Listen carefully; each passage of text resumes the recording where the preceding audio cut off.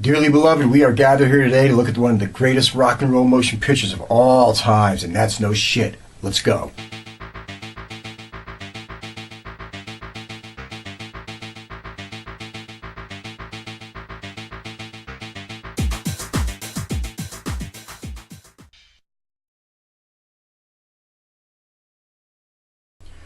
Okay, everybody, this motion picture was directed by Albert Magnoli. Albert Magnoli was a USC graduate who basically got the job because he was working as an editor on a movie called Reckless. And he wound up meeting the producers of Purple Rain after a screening of Reckless.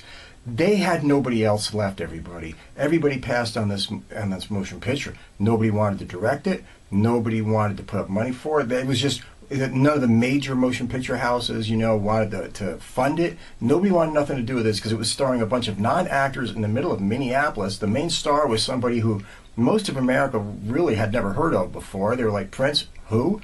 So he was the last guy they had to get. And even when the motion picture started out, he didn't want anything to do with this thing. He's like, nah, I don't really think it's working that well. And what he did was brilliant. He went out and he lived with the band for a little while and then rewrote a lot of the story and had, with a co-writer, really crafted what Purple Rain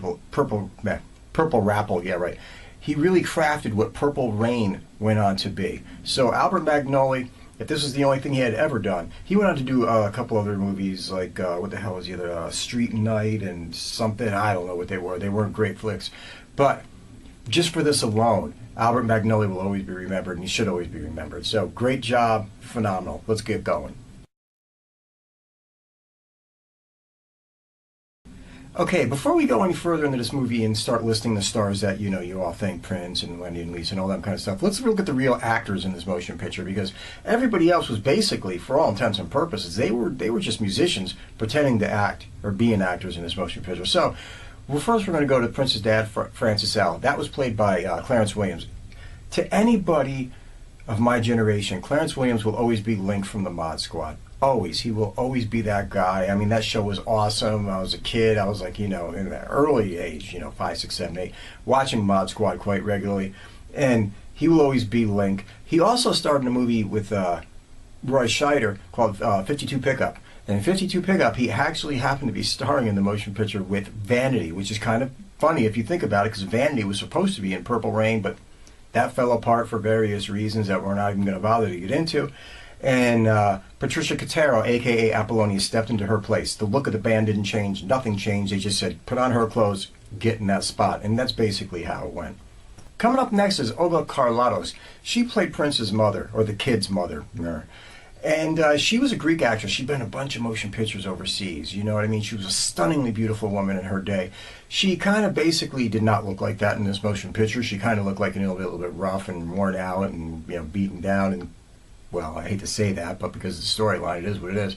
So she didn't look like the woman that she did in those movies that she made overseas. But she had a long career over there. She was an incredibly pretty lady and a good actress. And she did a really good job in this motion picture for what little she got to do. But whatever she did, it was impactful. So Olga, God bless. Okay, then coming up as Apollonia was Patricia Kotero. Now, Patricia Kotero had a decent career going south of the border. She was in some TV shows, a couple movies. She was a cheerleader. She was a calendar pinup girl. She drove a Porsche, and she was dating David Lee Roth when she went to get the role of Apollonia in this motion picture. So she had a bit of an acting career going in her own right. And she was apparently one of the last girls that they even looked at for this motion picture, because they had gone through a bunch of girls to find the Vanity replacement. And she was kind of like the last girl in line. But, I mean, Nia Peebles was even in there at one point or another. But anyway, she got the job and she knocked it out the park in this, beyond the fact that she was just one of the most stunningly beautiful creatures God ever created. And when I was like 14, 15 years old, I had the hugest crush on Apollonia. I think I still do. Kind of, maybe, still, whatever. We'll get past it. Okay, folks, now we're going to go into the people that, you think of past Apollonia as the real stars of the motion picture, which is the bands in the motion picture. Of course, we got, as the kid, we got Prince. And what more can you say about Prince? Man, he's an icon. He's a legend. I don't know if there'll ever be another guy like that, with that kind of musicianship, that kind of skill, that kind of dedication, that kind of dancing ability, all wrapped up in one 5'3" package. The man was amazing. I am a huge Prince fan, by the way. I own all his music. I got all his stuff.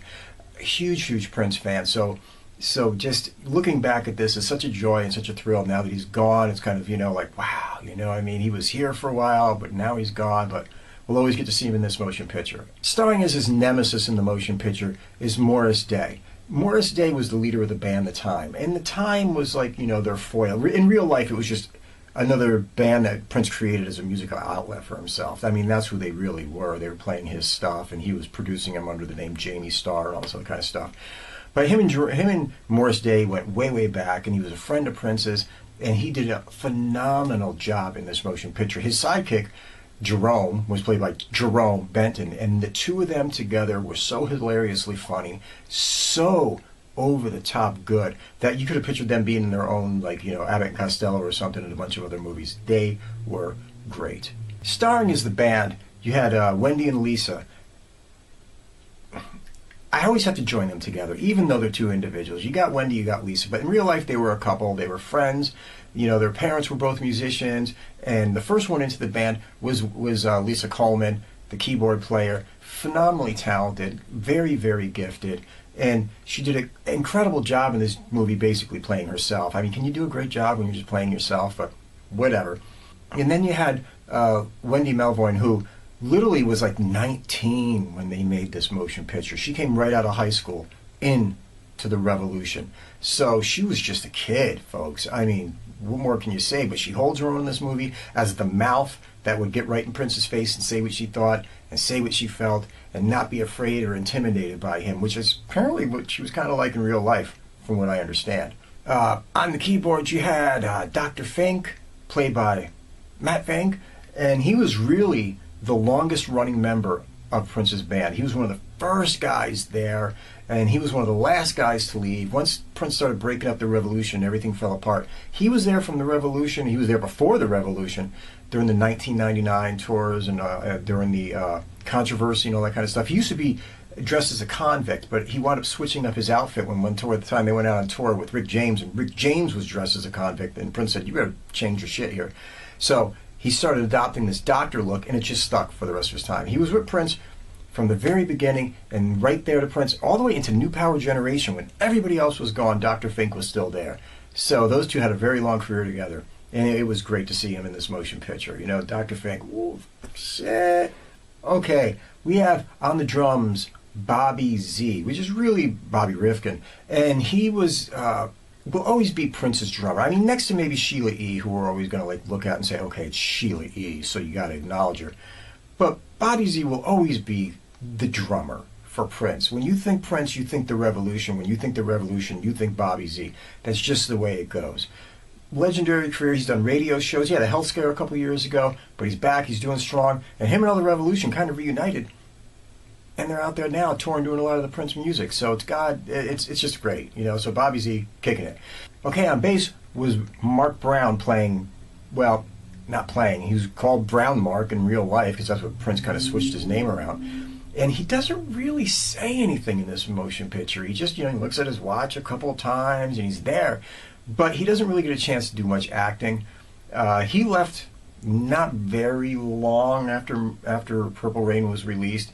He was basically kind of semi-done, you know what I mean? When they were making Purple Rain, he kind of he was almost done with the fascination of it and wanted to move off and do his own thing. So, is what it is. Okay, playing Billy, the club owner, was Billy Sparks. He was a friend of Prince's. He was a concert promoter, and he worked for a record company and all that kind of stuff. And him and Prince became really good friends, and he said, hey, man, you should be in this motion picture. And hey, man, he was in the motion picture. And he did phenomenal as the club owner. You know what I mean? That scene when he runs in there and he tells Prince, you got to keep your shit in check. The stage is no place for your bullshit. He looked and sounded like a club owner. He did a great job. God bless. He's still alive and kicking it today. So, you know what I mean? Billy Sparks, keeping it real. We have the rest of the time. I can't sit here and mention Jelly Bean and everybody by name, but, the Time did a phenomenal job in this motion picture. They were funny. They were always lurking over Morris's shoulder to give a look or to do something that would, inspire you, and their stage performances alone were amazing. So to the Time, who I have seen live, one freakish phenomenal band, you know what I mean? Still to this day, I seen them in 2018, and they were still kicking it out. the time were phenomenal. Okay, also I want to just throw in there, playing Jill, the really bleach blonde waitress, was Jill Jones, who was kind of like a semi-protege. She was in, like, if you've seen the old, like, 1999 videos and stuff with Prince, she was on the keyboards and doing backing vocals and stuff, you know what I mean? You know, Little Red Corvette and all that kind of crap. So she went on to have a musical career of her own. She had a little role in this motion picture, and she did a good job on it. You see her come out and crying at the end, you know, after the whole Purple Rain performance. So Jill Jones, good to see you in the motion picture. She's still out there going today. God bless her. Whatever. Let's get to the story. Now I'm going to be honest. I'm not going to go into the story tons and tons and tons because A, probably everybody here has seen this motion picture, and B, if you haven't, I don't want to give too much away. But this motion picture starts out with one of the greatest recorded, filmed concert scenes in the history of motion picture, anywhere, anytime, at any place. I'm telling you now, it's just the way it is. He comes out and it breaks right into this magnificently directed segment of Let's Go Crazy. You see the crowd, you see the energy, you see everything going on with I almost said Vanity. You see everything going on where Apollonia is new to town and she's kind of making her way to the club, and it's all happening during the live performance. So well directed and so well edited. And I mean, you're already like half out of your seat just watching that whole part. It was phenomenal. And as soon as he gets done, what takes place? They bring up Morris Day and the Time. And, dude, when they kick into Jungle Love, I mean, the theater was almost like freaking out. You know, it was phenomenal. The performances were phenomenal. And while that's going on, they slowly interwove how Prince came across Apollonia and how they started to meet each other within the club. I mean, really, she just kind of sees him for a second. He's kind of lurching over her shoulder, and then he disappears. But it set up set up what was to come in the motion picture. So well done, so well directed, covered so much stuff while two incredible musical performances were taking place. Soon after that, you see Prince go home, and he goes home to a house that is, by and large, let's just say, dysfunctional. His mother and his father have problems. They're physical, they're fighting, they hit each other, they're kind of crazy. There's a lot of stuff going on, and that sets the precedent for what's wrong with Prince, or for what's wrong with the kid. Because in the motion picture, the kid is not a perfectly done character. He's not this pristine, you're going to like everything he does. You're not. But you get to see why, because he goes home every day to a battlefield, to a war zone where he sees two parents that are trying to kill each other, either emotionally or physically. And that comes back to haunt him. The motion picture moves on. He winds up meeting up with Apollonia. They start hanging out. They do these beautiful montage shots where they go on the motorcycles, the whole Lake Minnetonka thing, which I'm not going to give you too much about if you haven't seen it. If you haven't seen it, you know what I'm talking about.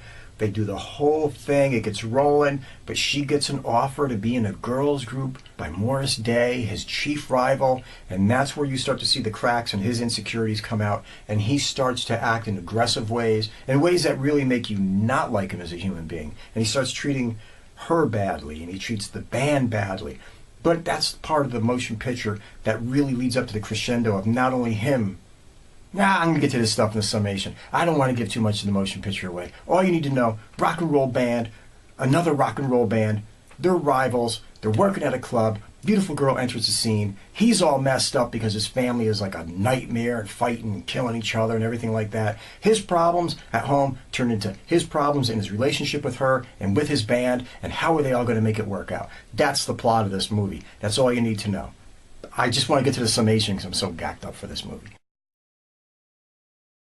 Okay, as I said, everybody, this motion picture, beyond being expertly directed and expertly edited and incredibly well written, for a bunch of first-time actors, it was really just nailed out the park, man. I don't know how they got that kind of juice out of a bunch of people that had never acted before. Well, I guess if you're a musician, you learn, you act anyway. You're on a stage, you're going to have a stomach ache, you have to be sick, you're not feeling it, but you act your way through it. And that's kind of what these guys probably did. They went to some acting classes, they went through it. The motion picture, you would never know these are a bunch of people that just was their first time in front of the camera, ever. They did a phenomenal job. The music scenes are off the chart.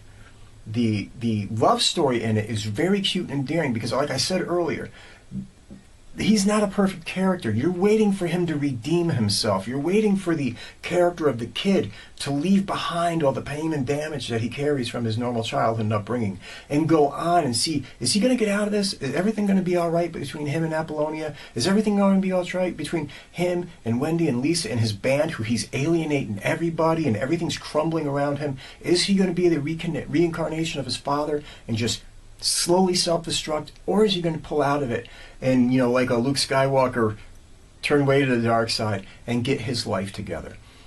That is the story of this movie. You're waiting for the redemption of the kid, and when it comes in this motion picture, you are so emotionally involved in it. You're emotionally involved in it for him, for what it means to his band, for what it means to Apollonia. There's scenes in here, I don't want to give you too much away, but God knows you've probably seen it, but I'm going to say it anyway. When you see Apollonia backstage at the end of the movie, what it means to her to see him make that change. When you see Wendy on stage and he kisses her on the cheek and she starts crying, man, if that doesn't get you, if that doesn't bring you full circle in this motion picture, beyond the music and the incredible directing and the incredible live performances, if that doesn't make you almost want to cry, man, then there's something wrong with you. Anyway, in closing, before I ramble on too long about this, incredible performances all throughout the movie. It's cut so that this movie flows along so perfectly well. It's just a magnificent tour de force of what a rock and roll driven motion picture should be. I haven't really seen anything that touches it of that nature since. I don't know if I've ever seen anything that touched it of its nature before. Prince went on to make other movies, folks. He did Under the Cherry Moon. Ugh. He did Graffiti Bridge. Ugh. He did direct the Sign of the Times concert film, which was amazing, by the way. But other than that, his film career never really panned out. It never turned into what it could have or it should have. You know what I mean? But we'll always have him in Purple Rain.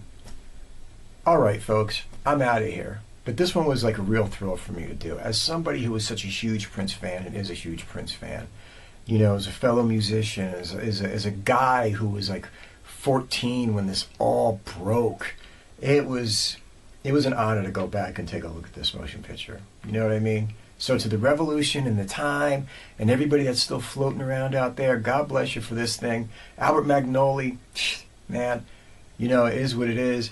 And to the man who came and went, you touched so many people. God bless, man. Peace out.